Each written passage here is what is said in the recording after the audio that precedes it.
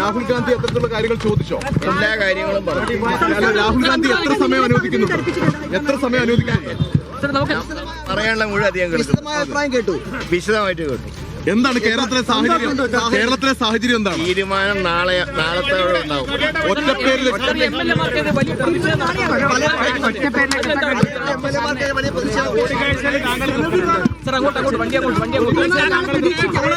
ഞാൻ ശ്രീ രാഹുൽ ഗാന്ധി ആയിട്ടുള്ള ഏത് ചർച്ചയിലും ഞാൻ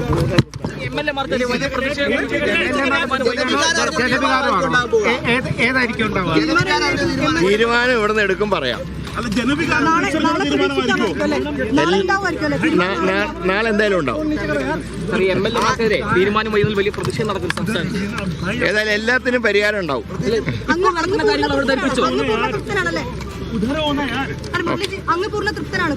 എനിക്കല്ലെങ്കിൽ അസംതൃപ്തി ഇല്ലല്ലോ.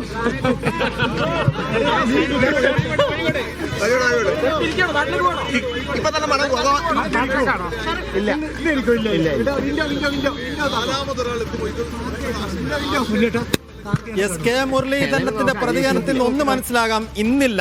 അപ്പോൾ മുഖ്യമന്ത്രിയായിരുന്ന ചോദ്യത്തിന് ഇന്നും ഉത്തരമുണ്ടാവില്ല, നാളെയായിരിക്കുമെന്ന സൂചനയാണ് കെ മുരളീധരൻ നൽകുന്നത്. ഒപ്പം എല്ലാ കാര്യത്തിലും ഒരു പരിഹാരമുണ്ടാകും എന്നുകൂടി കെ മുരളീധരൻ പറയുന്നു. വിശദമായി കാര്യങ്ങൾ രാഹുൽ ഗാന്ധിയുമായി ചർച്ച ചെയ്തു. അതിനുശേഷം കെ മുരളീധരൻ മടങ്ങുന്നു. അദ്ദേഹം പറഞ്ഞ ഏറ്റവും പ്രധാനപ്പെട്ട കാര്യം തീരുമാനം നാളെ ഉണ്ടാകുമെന്നുള്ളതാണ്. എന്ന് വെച്ചാൽ ഇന്നില്ല. ഇന്നതുണ്ടാകുമെന്നായിരുന്നു നമ്മൾ നേരത്തെ പ്രതീക്ഷിച്ചിരുന്നത്. എന്തായാലും ഇന്നില്ല. ഇന്നിവരുടെയൊക്കെ അഭിപ്രായങ്ങൾ കേട്ടതിന് ശേഷം രാത്രി ഒന്നുകൂടി നേതാക്കൾ ഇരുന്ന് അവലോകനം ചെയ്യുമായിരിക്കും. അതിനുശേഷം നാളെ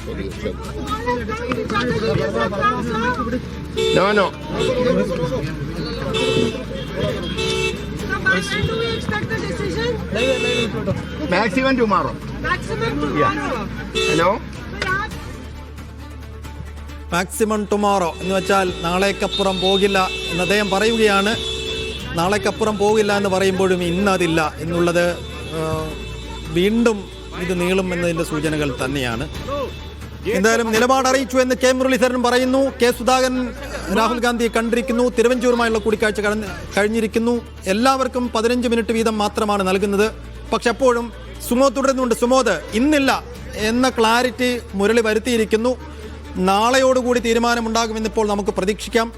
ഒപ്പം കെ മുരളീധരൻ്റെ വാക്കുകളിൽ നിന്ന് മനസ്സിലായ ഒരു കാര്യം, എല്ലാ കാര്യങ്ങൾക്കും പരിഹാരമുണ്ടാകുമെന്ന് കെ എം പറയുകയാണ്.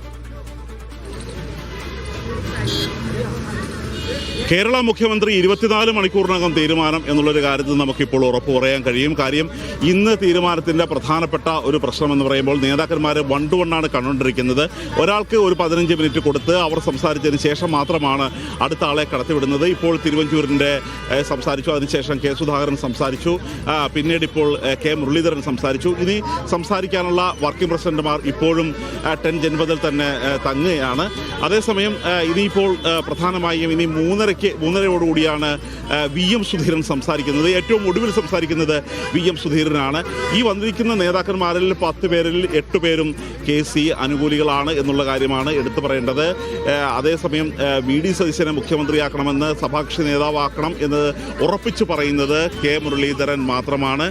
വി എം സുധീരൻ രമേശ് ചെന്നിത്തലയുടെ ഒപ്പമാണ് നിൽക്കുന്നത്. ബാക്കി നേതാക്കന്മാരെല്ലാം ഉറപ്പായും അവർ KC വേണുഗോപാൽ തന്നെ കേരളത്തെ നയിക്കണം എന്നുള്ള ഒരു അഭിപ്രായ പ്രകടനം തന്നെയാണ് നടത്തിക്കൊണ്ടിരിക്കുന്നത്. ഇന്ന് വൈകിട്ട് 5 മണിയോടുകൂടിയാണ് മല്ലികാർജ്ജുന ഖാർഗെ എത്തുന്നത്. ചാർട്ടേഡ് വിമാനത്തിൽ കർണാടകയിൽ നിന്നും മല്ലികാർജ്ജുന ഖാർഗെ എത്തിയതിനു ശേഷം ഒരു തീരുമാനമെടുക്കും.